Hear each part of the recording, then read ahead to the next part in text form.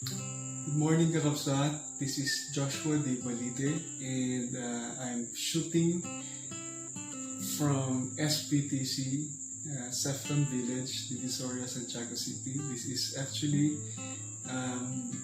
the place where I'm staying at. Dito iti lugar nga pagiging nakakabsat dito Sefton Village, and welcome to another episode of this online sharing that we do. We started last Sunday, and I'm just glad for this opportunity to share to you for another time and hopefully to encourage you from the Word of God. We're reading from Isaiah 40:28 to 31. I'm reading from NIV Kakabsat. Iti verse 28 kunana, do you not know, have you not heard? The Lord is the everlasting God, the creator of the heavens of the earth, the creator of the ends of the earth. He will not grow tired or weary. In his understanding no one can fathom. He gives his strength to the weary and increases the power of the weak. Even youths grow tired and weary, and young men stumble and fall. But those who hope in the Lord will renew their strength. They will soar on wings like eagles. They'll run and not grow weary. They'll walk and not be faint. Ni Apo Diyos timang bendisyon ka lang iti sasaon na kakabsat. And siguro iti title na iting sharing ko. I haven't really thought about what the title would be. But siguro keep trusting Him. Jadi kaya't kung panunutun tayo tiniting ang bigat kakapsat. Due to a lot of situations, we sometimes forget who God is that we serve. Han lang iti tiniting ang sitwasyon kakapsat kalagiti adupay nga sitwasyon iti panagtiag nga napaspasama kalagiti panagtiag tayo. Kas lang umay iti may isang narigat nga problema iti panagtiag tayo. Kas lang malipatan tayo nga dagos no sino ni Apo Dios. Tsaka mo I'm just assuming nga kasi iti mapaspasama kasi normally we tend to forget easily who God is and who we are in God. That iti ang anak na tayo kat ang anak ni Apo Dios.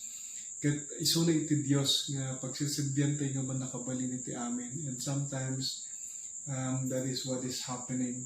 And because we experience difficulties that shake us, we choose to complain instead of remembering who God is and His promises.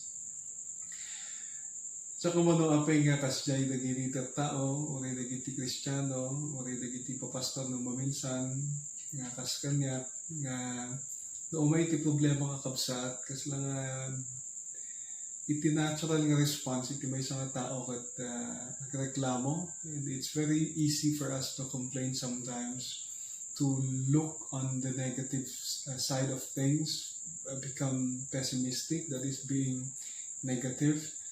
And during back that time, we tend to easily forget who God is in His promises kalagiti panagbiag tayo and who we are in Him. Sometimes it becomes normal for us to complain about the circumstances that we are in and forget that it is normal to go through life difficulties. Hangin ka rin ni Apo Diyos kakabsat nga awanton iti problema, awanton iti saksakit, awanton iti pakarigatan. And all these that are happening, dagiti banbalag nga narigat, pakarigatan, all these are all spices of life. Amin dagito ket parte iti panagbiag kakabsat. Ket iti ka rin ni Apo Dios, iti langit awanton ti sakit, awanton ti rigrigan. Ket iti trabaho iti daga kakabsat iti may isang precaution ni Jesus Christ nga adunto ti pakarigatan, and the devil is not sleeping on us, but he's busy doing things. Naman pa'y the good thing is that we're Christians, ang anak na tayo ni Apo Dios, kat di may isang hantay nga liplipatan. Kat adan ni Apo Dios nga kumamangan tayo, specifically tiniting ang sitwasyon kakapsat, sanday ko mga maupay, Hindi kat mamati tayo nga dati panggap ni Apo Dios no apay kat ti panakaawat na haan nga matukod iso nga awan iti makatukod iso nga let's just keep trusting Him no matter what. And that is why we always need to be reminded who God is.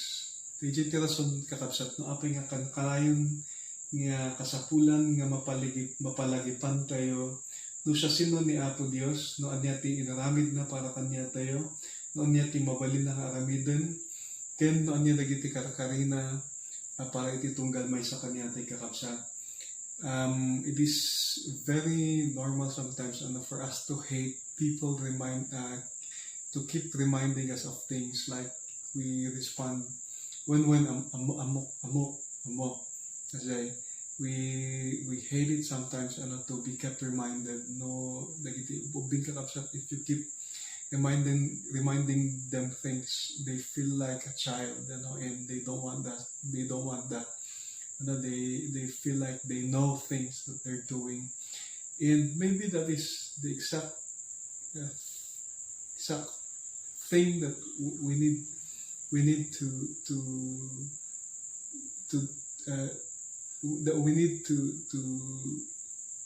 to have the reminder of who God is, the reminder to keep trusting Him, remembering what He can do and what He promised to each and every one of us. We sometimes hate to be always reminded by people, but that is what we exactly need. Remember who God is and hope in Him when trials come. Lagipon tayo no siya sino ni Apo Dios ken mangnamnama tayo no umay dagiti panlubok iti panagbiag tayo. They say that patience is a virtue. Naiti ko na kakapsat. Saan ko mamawatan tiget ng saon dito idig. No, tiget ng saon patience is a virtue. But actually, a lot of people are very impatient, and it is a strength to be patient. So, let's be patient, kakapsat. In connection to patience, it is waiting. Waiting, they say that waiting is the hardest thing to do. A lot of people, they're not a fan of waiting. They hate waiting for people. They hate waiting for their orders to come. And sometimes we get ahead of things. Nagaputa hantayin nga makauray, iso nga aramiden tayo, itiwagas tayo, nagitibanbanag, hantayin nga makauray kini Apo Dios. But the Lord says, hope in Him. And hoping is trusting, and trusting is waiting. Iti panang gusto ng Ilocanon panagnamnama, wala na ba? Panagnamnama, iti panagnamnama, ket panagtalag, ket ti panagtalag, ket panaguray. We keep asking, why do these difficult situations keep coming to my life? Keep coming into my life? What have I done to deserve this? Apay nga nagiti nga naririgat nga sitwasyon, kan kanayon dang may iti panagbiag ko, anya ba tinaaramida? Apay nga siyak nga kan kanayon iti umayan na wando, what have I done to deserve this? But God knows exactly what He's doing. Ni Apo Dios amuna no niya ti aramida nakakapsat in light to this situation. We may ask paingahan nga agpatpatanggal iti nga sitwasyon, but God knows what He's doing. His understanding, no one can fathom. Kuna na yung first day kakapsat. And it is not our job to understand everything because we simply just can't understand everything. Handing nga trabaho kakapsat nga awatin ang aming nga banbanag. That's God's job to understand and to understand things. In His understanding, no one can fathom because He is God. Iso na ti Dios. Kitante di binasa tayo kakapsat nga verse tayo. The Lord is the everlasting God, the creator of the ends of the earth. He will not grow tired or weary. In His understanding, no one can fathom, awan iti makatukod kakabsat iti panakaawat ni Apo Dios. And in our situations, no umay dagiti narigat nga sitwasyon, kat padason tayo na awaten, dagiti banbanag, kat saan tayo nga maawatan, we get frustrated kakabsat. And maybe, we stop trying to understand things. I mean, haantay nga trabaho nga awatan ng aming nga banbanag and to get understanding from all the things that are happening around us and in our lives. And, that's God's job to understand things, and let's just entrust to Him. He knows the things that are happening. Maybe it is our limited experience of people fulfilling their promises unto us that keeps us from trusting God. That keep us from trusting God. Mabalin nga, kapag limited nga experiences tayo katapsat kalagiti tao, kas lang narigat mo't kaniyate nga agtalag kini Apo Dios, aguray kini Apo Dios, mangnamnama kini Apo Dios. Kapag talagiti tao, they failed us, but God is different. Sabali kini Apo Dios kakapsat. Karagijay experiences ti karagiti tao na dating bagada nga aramidon da, itud da, at dating bagada kanyate kung saan da nga tinumpal, kat mabalin nga datay mo't lang mismo, at dating bagata nga aramidon tayo, but we didn't keep our promises. And in that cycle kakapsat karagiti tao, DJ kasi lang nagbalin nga normal nga pasamak nga kunada the promises are meant to be broken. Kasi lang it's normal for us not to be mindful of the things that we promise. It's different with God kakapsat sa balikin ni Apo Dios. But that is exactly what verse 28 medyo binasok na tayo is asking. Do you not know? Wala na. Hamo ba nga amo? Hamo ba nga nangagan? The Lord is the everlasting God, the creator of the heavens, of the ends, the creator of the ends of the earth. We are humans kakapsat. Tao tayo. It is normal for us to get tired. Mabandog tayo kadagiti sitwasyon. Iso nga kasapulan tayo to keep hoping in Him. And naibagat tayo kakapsat, hoping is trusting, and trusting is waiting. Iso nga, umay man dagiti naririgat nga sitwasyon nga kas daytoy, mangnamnama tayo latakin ni Apo Dios, agtalik tayo latakin ni Apo Dios, aguray tayo latakin ni Apo Dios, because God will never fail us. And hoping in Him, ije pa nang namnamatay kini Apo Dios kakapsat, umay man iti panakabanog ng maminsan, but He will renew our strengths. Ije iti karina kakapsat, ije text nga binasa tayo, ije verse 31, ije iti kunana, but those who hope in the Lord will renew their strengths. They will soar on wings like eagles, they'll run and not grow weary. They'll walk and not be faint. Iso nga, if you keep hoping in Him kakabsat, He will renew our strength. Ni Apo Dios, pagpiligod na tayo, ni Apo Dios, paparwan na iti piksa tayo. Iti mo na nga kasapulan nga maawatan tayo, intumno itutuloy tayo nga mangnamnama kanya na, agtalik kanya na, aguray kanya na. Kakabsat, may ikadwa, we will rise above the situation like an eagle, like eagles. Umay man nagiti naririgat nga sitwasyon, but we're able to rise above the situation. Kahit pangasaon kakabsat, mabailan tayo nga bumangon, tumakder, mabailan tayo nga pagbaligyan, nagiti sitwasyon nga umay. We do not stay on the ground. DJ, kung natikantang ulan, Ito ako, basang-basa sa ulan. We do not embrace the mud, when we, ito maitublak tayo. When we stumble and fall, we do not keep embracing the mud. No diket we rise above the situation, gaputamang namnamatay kini Apo Dios, agtalag tayo kanagiti sa una, Anya, aguray tayo, kadagiti karkarina nga mapasamak, kadagiti panagpiyak tayo. Kung may ikatlo kakapsat, nga makita tayo dyan, into na itultuloy tayo nga mangnamnama kanya na we will have the ability to keep going and growing and not giving up. Paadaan tayo ti abilidad nga agtultuloy, dumakdakkel, di pa nagtultuloy tayo, ken saan nga ag-give up, umay man dagiti naririgat nga sitwasyon, iti pa nagpiyak tayo. We'll have the ability to keep going, to keep growing, and not giving up, kakapsat. And that's a very good thing.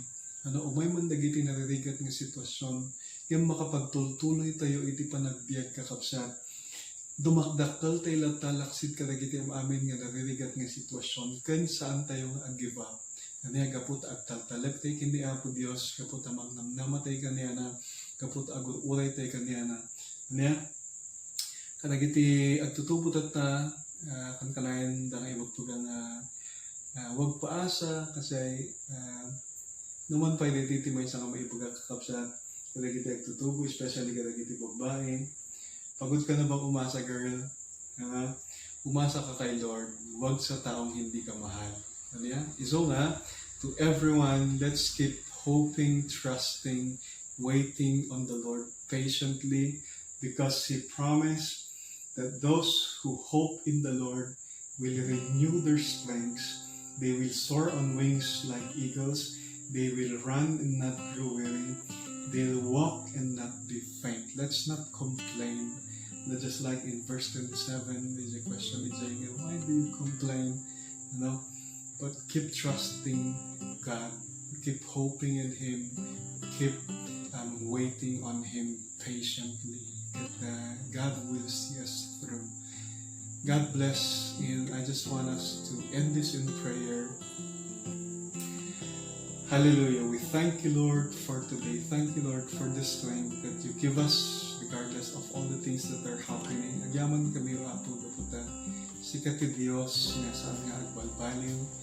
Sikati Dios nga pinatimi ng isalakan kanyami o Apo. Agyaman kami Kaputa matalag ka nga Dios o God. Kastamat ka nagiti karkarin o Apo. Nagtutuloy ka, nagtrabaho ka nagiti panagtiyak mi. Ano ipalubos o God nga maupay, tutunggal mo sa kanyami. As we hope in you, Father, may you renew our strength, O God. And the Lord, out of this situation will come out testimonies, O God, of how you move into our lives despite all the things that we went through. And we just want to thank you, Lord, because you're faithful regardless of all these things that are happening. And Lord, we pray that each and every one of us na gitikakapsat o Apos, ang kami man na nakapagtitipon, nga nagdayaw o Apo as kongregasyon, talaga tinapagpalabas ka ng Domingo, nga magtutuloy ka ng trabaho, ka nagpiyak mi, ipakitang tikin na sa sinong o God, talik kami kanyang, ikatamiti pa nag-complain kanyami o Apo. At Lord, ipakita mi tikin na sa sinong, itipiyak itugan may sa kanyami, kita mi nga si Kati Diyos o Apo man nakabalinig ka amin na maraswa, Apo kalagit ang aming ibanwanag. At Lord God, makita mi iti kinaibag mo naksi iti sitwasyon. Thank you, Lord, because you are faithful, and thank you, Lord, because you never leave us nor forsake us. And we pray for the government, we give wisdom to the government, O God. We pray for all the frontliners, O Apo, especially Nagiti ang mumi, Apo nagiti ito nagpiyag working on the front lines, O God. Bless them and protect them. And Lord, we rebuke this virus in Jesus' name. We pray that this will end as soon as possible, O God. We keep trusting you no matter what. We glorify in Jesus' name. Amen. Amen. Thank you, Kakapsat, for watching, and hopefully we could do this again next Sunday. And we hope na magpasan dyan mo I think hamping nalpas iti quarantine next Sunday, so hopefully we could do this again on Sunday. God bless and good morning.